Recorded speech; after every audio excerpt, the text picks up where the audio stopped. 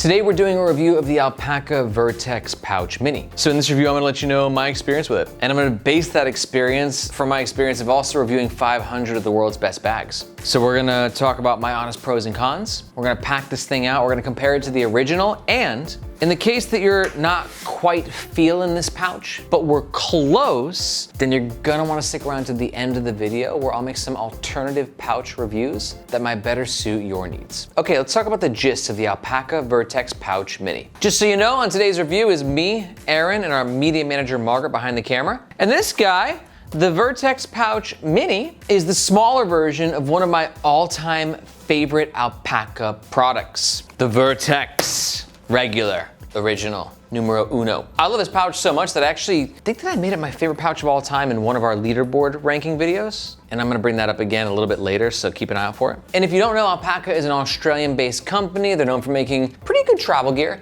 but really, really good EDC gear. That's their you know? And this is such an effective pouch for a variety of reasons. Let's talk about some of its top features. First up is the fact that it's got a lot of structure to it. Like, you can collapse it into itself, but it's not very malleable. We've got a lot of padding that also allows it to self-stand incredibly well. We've got a quick access front pocket here, a really nifty opening to the main compartment, and magnets that allow this front flap to snap into place, making a much cleaner desk caddy presentation. And it's one of my favorite parts about the pouch. Inside the main compartment, you got a bit of organization, including a back panel tech sleeve. And then finally, you have these two attachment points on the outside, which allow you to attach a shoulder strap, potentially turning this pouch into a sling, but not a very good one. I'll explain why in the next chapter. The mini pouch currently comes in two color options. For dimensions, it's about 9.5 inches long, 6 inches tall, and a base depth of around 3 inches. Now this is advertised to have 2 liters of capacity.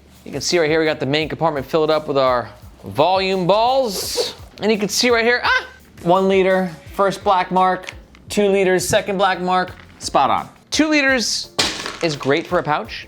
And it's sort of the typical size that you're going to see for a lot of the competition on the market because it gives you enough space to load it up with all your tech gear, but without taking up too much space in your bag. All Alpaka bags are covered by their lifetime warranty against manufacturing defects. And for all that, the Vertex Pouch Mini runs around 89 USD. And if at any point in this review you're totally digging this pouch and you're thinking about picking it up, we highly recommend doing so with the first link in the description below. Reason being, that link makes sure that you get the best price, and we oftentimes have discount codes, especially for Alpaka. But that link also helps to support the Nomadization YouTube channel so we can keep making the best bag and gear reviews on the web. Thank you very much. Okay, moving on, let's talk about the outside of the Alpaka Vertex Pouch Mini. All right, let's talk about the fabric. This bad boy is made from Axoflux, which is Alpaka's signature in-house polyester blend. It's a 300D, which means it's gonna be lightweight, but polyester is great because it has a bit of abrasion resistance, but it's also actually impressively weather resistant in itself as well. And you can see this bad boy's gotten some wear and tear over the months that I've been using it,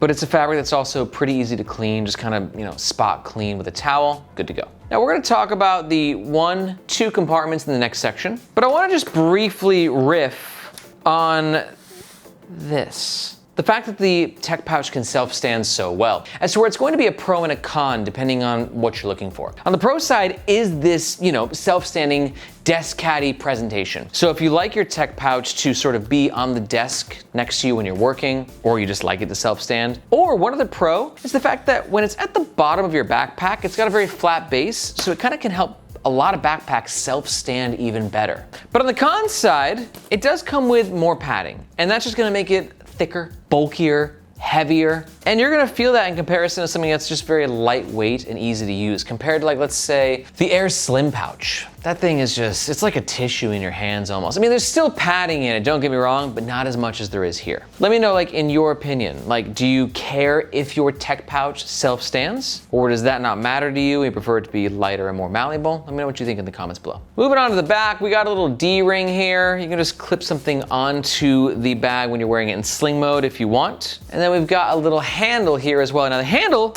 is nowhere near as beefy as the original's handle is. Like, look at this handle.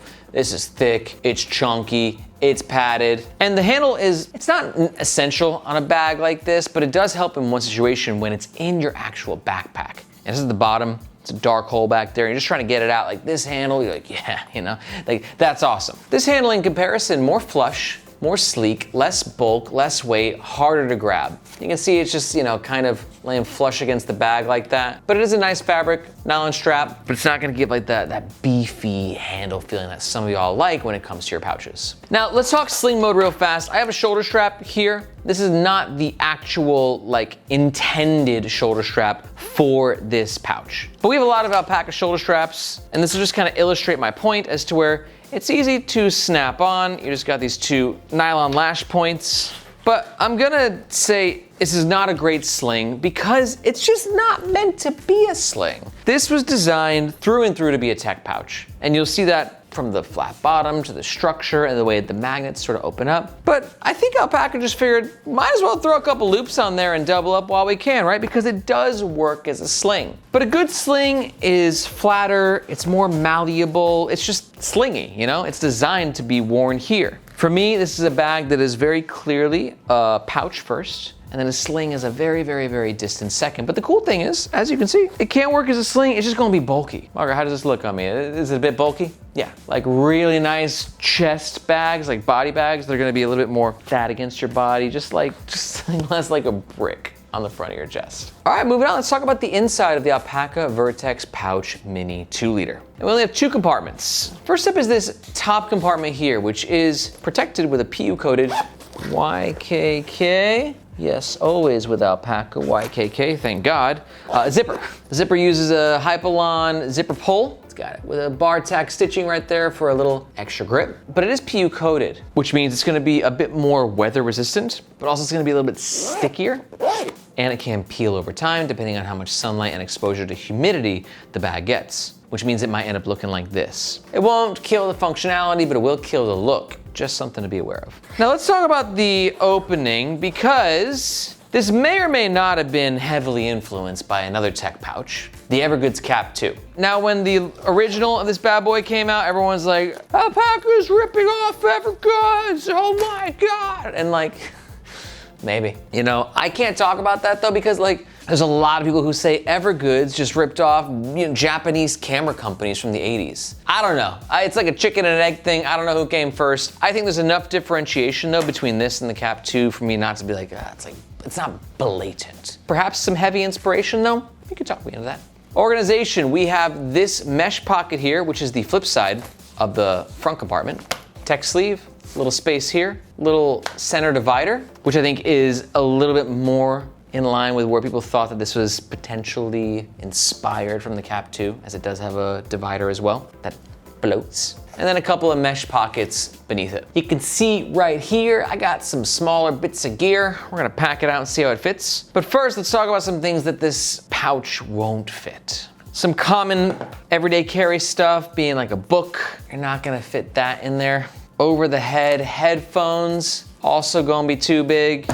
24-ounce water bottle. Like I said, just to give you an idea of some common items that are not gonna make the cut when it comes to this main compartment. It's really about the smaller stuff. It's about throwing your phone in the back sleeve. Love this back sleeve for its microfiber lining. It's not the most luxurious microfiber. Alpaka downgraded theirs, I think. And I don't love the new one, but it does get the job done. You can see my iPhone 13 settles very nicely in that sleeve. This floating divider will be, it's really fabric-y. What I mean by that is it's gonna take up a lot of space. So if you wanna put a lot of bulkier stuff in here, this guy's just taking up some of that volume, but it does give you that versatility where you can throw something bulkier here, but also close it and then take up this space as well. So kind of the best of both worlds. I'd rather have it than not. AirPods in the front pocket. We're gonna do pens in this magnet holder right there. Perfection. Secondary headphones in the other pocket. Now this is like your quick access pocket. It utilizes a power mesh that has a little bit of expansion to it. And I'm gonna throw my gum,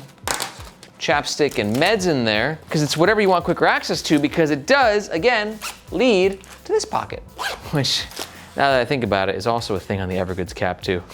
Is it too close for comfort, Margaret?